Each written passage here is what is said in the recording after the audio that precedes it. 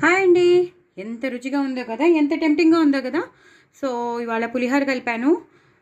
చూసారా, ఈ పచ్చిమిరపకాయలు ఇలాగే చేసుకో, ఎండుమిరపకాయలు ఇలాగా, పచ్చిమిరపకాయలు లాగా ఇలా కొన్నేమో ఇలా పొడుగ్గా యాస్టీస్గా ఉంచేసి కొన్నేమో తరుక్కోవాలండి. పులిహోర కలిపాను ఇవాళ. చాలా చాలా టేస్టీగా వచ్చింది. మీరు కూడా తప్పకుండా ట్రై చేయండి. నేను చాలాసార్లు పులిహోరని యూట్యూబ్లో షేర్ చేశాను. డూ ఫాలో ఇట్ అండి. రీసెంట్గా కూడా ఇంకో కొత్తది వెరైటీ పులిహోర యాడ్ చేశాను. అలాగే చింతపండు పులిహోర కూడా నేను షేర్ చేశాను. సో మీరందరూ తప్పకుండా నా ఛానల్ని యూట్యూబ్లో ఫాలో అయిపోతే మీకు తప్పకుండా కనిపిస్తుంది. సో ఇది మాత్రం ఇవాళ మీకు నేను టెంప్ట్ చేద్దామనే నేను మీకు చూపిస్తున్నాను. చాలా చాలా బాగా వచ్చింది. పెట్టిన పులిహోర ఈజ్ నథింగ్ బట్ ఆవాల్ని మనం ఇలా గ్రైండ్ చేసేసుకుంటామండి. ఇలా గ్రైండ్ చేసేసుకుంటే ఇలా తయారవుతుంది ఆ పొడిని మనం ఇలా వేసేస్తామన్నమాట. వేసేసి చక్కగా ఇలా కలిపేసుకోవాలి.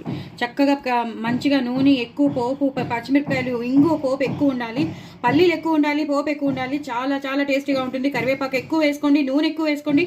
అస్సలు కాంప్రమైజ్ అవ్వద్దు. అప్పుడే ఇంత మంచి టేస్టీ పులిహోర వస్తుంది. సో డూ ట్రై ఇట్ అండి. నా ఛానల్ సబ్స్క్రైబ్ చేసుకోండి, సపోర్ట్ చేయండి.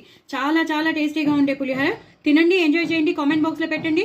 నా ఛానల్ సబ్స్క్రైబ్ చేసుకోవడం మాత్రం మర్చిపోవద్దు. ఓకేనా? బాయ్ అండి.